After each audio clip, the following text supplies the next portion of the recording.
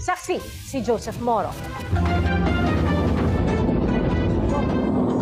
Sa video na kumakalat sa social media at iniimbestigahan ng Department of Transportation, makikita ang isang nakaputing lalaki na nakaupo sa dulo ng bus.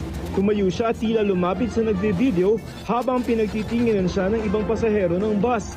Bumalik siya sa kanyang pwesto. Maya-maya tila napalapit ang nakaputing lalaki sa nagbe-video.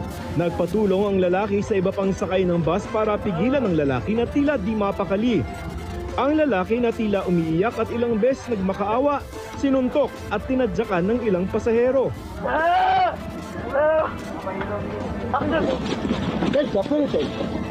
Maya-maya ay nasa lapag na ng bus ang lalaki. May humawak sa kanyang leeg at tila may narinig sa video na tunog ng kinukuryente.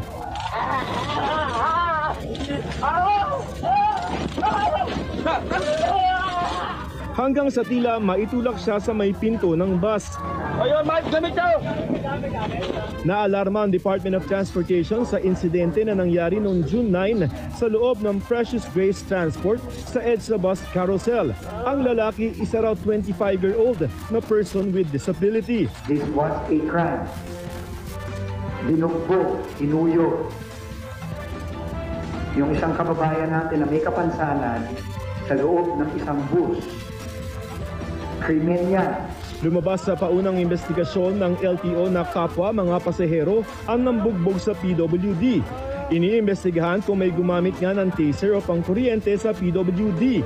Ayon sa DOTR, may pagkukulang daw ang driver at konduktor ng bus dito. Dapat nakialam ang konduktor. Driver, di ba yung makialam doon? Pero ang konduktor, dapat makialam niya. Dapat pigilan. Pero based on our initial report, walang ginawa yung konduktor. Sinuspindi na ng LTO ang driver's license ng driver at konduktor ng bus at pinagpapaliwanag na rin ng LTFRB ang kanilang kumpanya.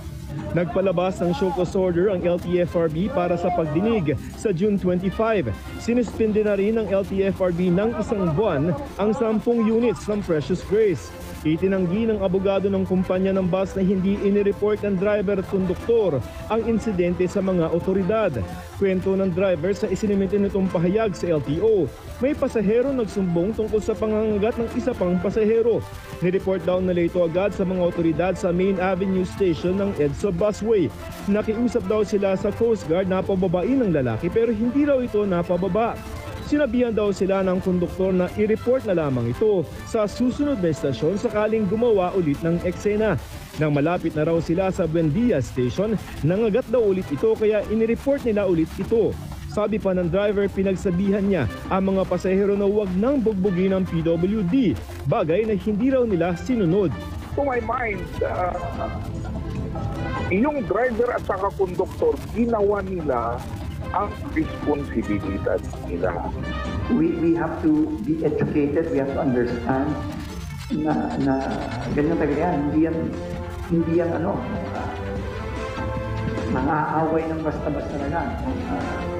Pero kailangan maintindihan, kailangan ipaintindi sa mga kababayan. Tutulungan daw ng DOTR ang PWD at ang pamilya nito. Para sa GMA Integrated News, Joseph Morong, ang inyong saksi.